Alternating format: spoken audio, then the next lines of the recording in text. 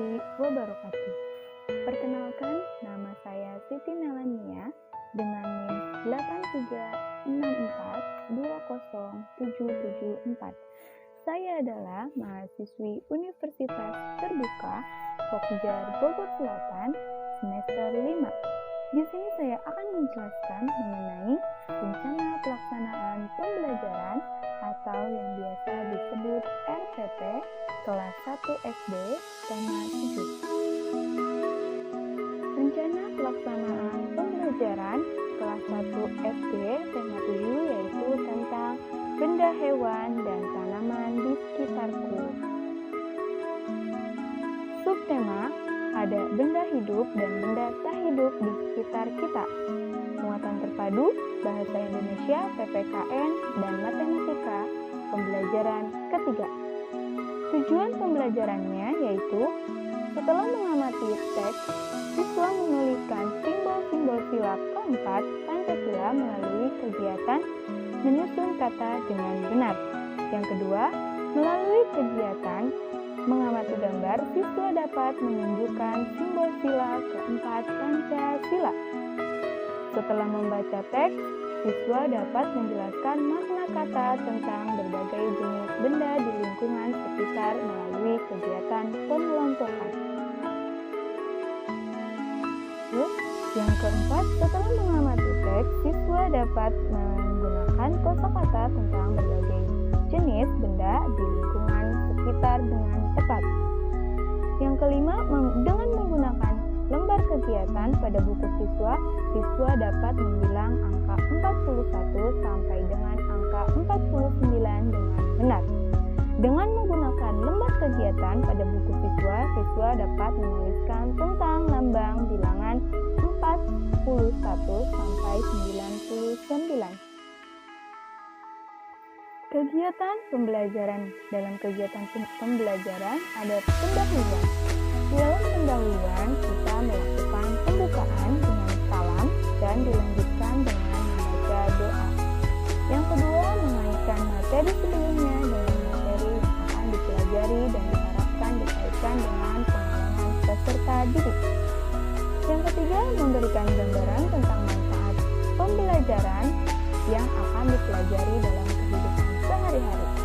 Kegiatan intinya yaitu mengidentifikasi benda hidup dan tak hidup, benda-benda yang ada dalam lambang Pancasila. Yang kedua, mengurutkan kata sehingga sesuai dengan bunyi sila keempat Pancasila. Yang ketiga, mengenal ciri benda hidup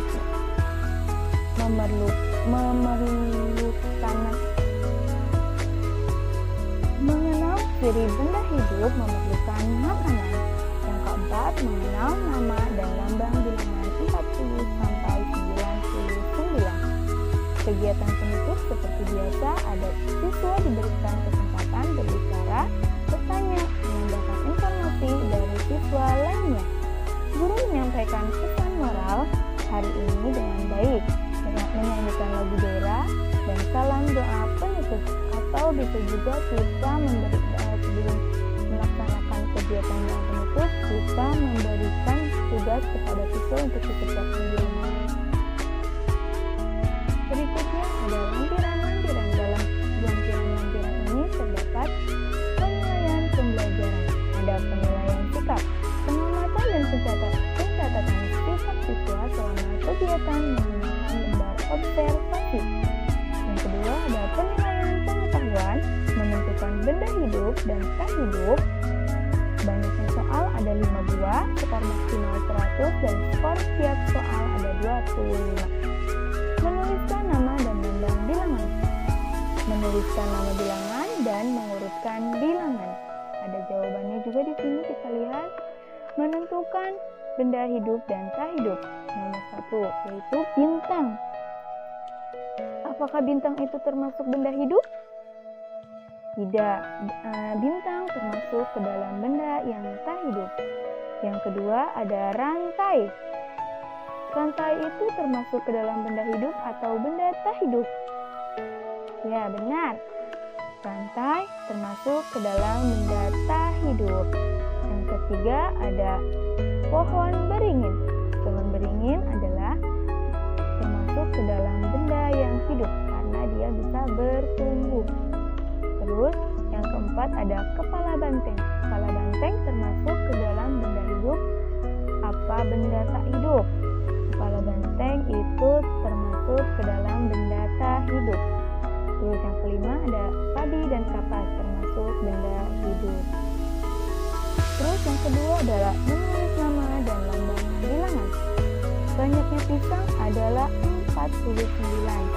Ditulis 49. Banyaknya pepaya ada 65. Ditulis juga 65.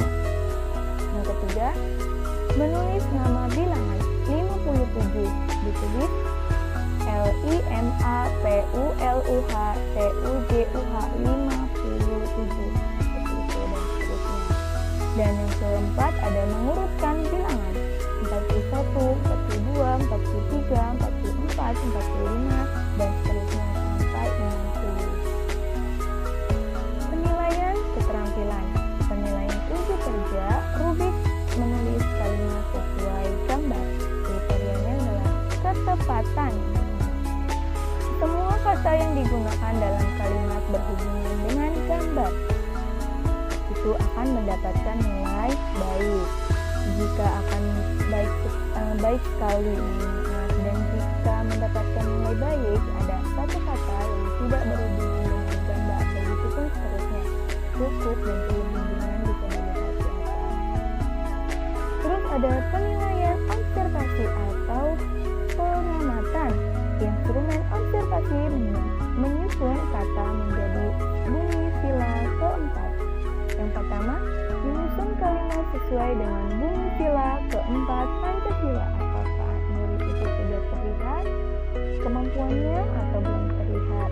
Yang kedua, membaca bunyi sila keempat Pancasila dengan suara lambang. Ada contoh latihan soal. Di sini kita bisa mengisi titik-titik dengan benar, mengurutkan lambang bilangan dengan benar. 41, titik-titik 43, habis 41, 42, 43, habis 43, sesudah 43, 44 dan sampai seterusnya. Yang kelima ada bunyi dan simbol Pancasila. Yang pertama ada ketuhanan yang Maha Esa. Simbolnya adalah bintang. Yang kedua ada kemanusiaan yang adil dan beradab dengan simbol rantai.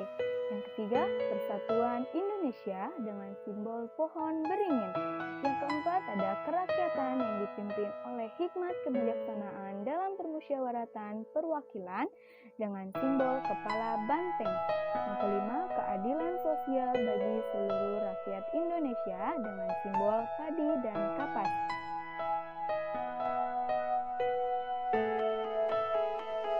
Mungkin itu saja yang bisa saya sampaikan. Mohon maaf bila ada kekurangan dan